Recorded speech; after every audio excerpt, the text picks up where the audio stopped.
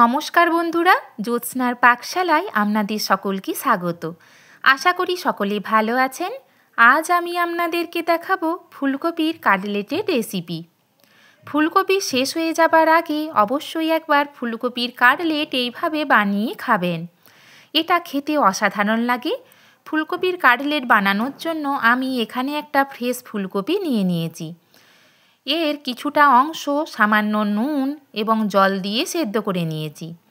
ফুলকপি সেদ্ধ করার সময় আমি দুটো আলুকেও সেদ্ধ করে নিয়েছি। এখন একটা বড় বোলের মধ্যে সেদ্ধ করে নেওয়া ফুলকপিটা দিয়ে দেব।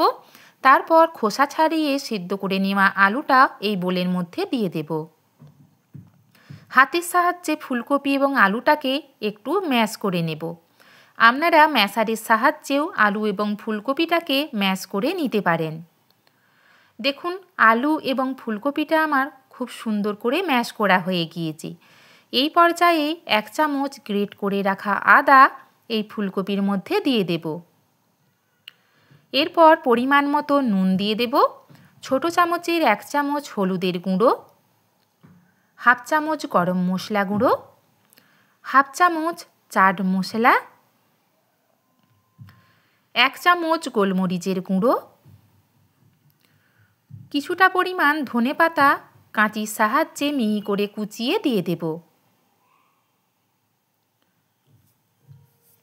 এই পর্যায়ে একটা কাঁচা লঙ্কা কাঁচির সাহায্যে কেটে দেব। তবে আপনারা ঝালটা আপনাদের পছন্দ মতো বাড়িয়ে বা কমিয়ে নিতে পারেন। আর কাঁচা লঙ্কার পরিবর্তে লঙ্কা গুঁড়োও দিতে পারেন। 2 চামচ কর্নফ্লাওয়ার দিয়ে দেব।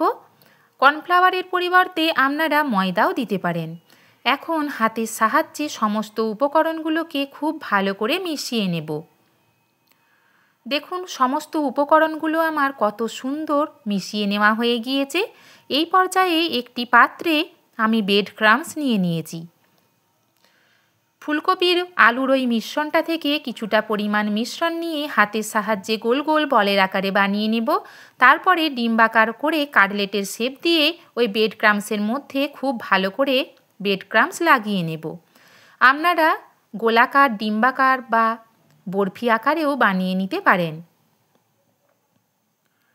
বানানোর পরে ব্রেড ক্রাম্বসের মধ্যে ভালো করে ক্রাম্বসটা মাখিয়ে নিলে কাটলেটগুলো খেতে অসাধারণ লাগে। এইভাবে আমি সমস্ত কাটলেটগুলো এক এক করে বানিয়ে নিয়েছি। ইভিনিংয়ে স্ন্যাক্স হিসাবে বা স্কুল কলেজের টিফিনেও আপনারা এই ফুলকপির কাটলেট অনায়াসে বানিয়ে নিতে পারেন। সমস্ত কাটলেটগুলো আমার বানানো হয়ে গিয়েছে। এই পর্যায়ে গ্যাস ওভেন জেলে পরিষ্কার কড়াই বসিয়ে গরম করে নিয়েছি। তার মধ্যে পরিমাণ মতো রিফাইন তেলও গরম করে নিয়েছি। গ্যাসের ফ্লেম লো টু মিডিয়ামে রেখে আমি এক এক করে তেলের মধ্যে কাটলেটগুলো দিয়ে দেব। উল্টে পাল্টে খুব ভালো করে কাটলেটগুলোর দুপাশই ভেজে নেব, গোল্ডেন ব্রাউন করে। আপনারা আমার এই রেসিপি ফলো করে বাড়িতে অবশ্যই একবার ফুলকপির কাটলেট বানিয়ে খাবেন। রেসিপিটা যদি ভালো লেগে থাকে অবশ্যই লাইক, কমেন্ট, সাবস্ক্রাইব করবেন। পাশে থাকা বেল আইকনটি অবশ্যই প্রেস করবেন, যাতে নতুন নতুন রেসিপিগুলি আপনাদের কাছে সবার আগে পৌঁছে যায়। গ্যাসের ফ্লেম মিডিয়ামে রেখে আমি কাটলেটগুলো ভেজে নেব। এই সময় গ্যাসের ফ্লেম একদম হাইতে রাখা যাবে না, তাহলে কাটলেটগুলো ওপর থেকে তাড়াতাড়ি ভাজা হয়ে গেলেও ভেতরে কাঁচা থেকে যেতে পারে এবং কাটলেটগুলো তেল থেকে তোলার কিছুক্ষণের মধ্যেই নরম হয়ে যেতে পারে। দেখুন, কাটলেটগুলো আমার কত সুন্দর দেখতে হয়েছে। এগুলো খেতেও অসাধারণ হয়েছিল। এই পর্যায়ে একটা ছান্তার সাহায্যে কাটলেটগুলোকে তেল ঝরিয়ে একটি পাত্রে তুলে নেব। ফুলকপির কাটলেট অসাধারণ লাগে ইভিনিংয়ে স্ন্যাক্স হিসাবে। তেল ঝরিয়ে কাটলেটগুলো একটি পাত্রে নামিয়ে রাখব।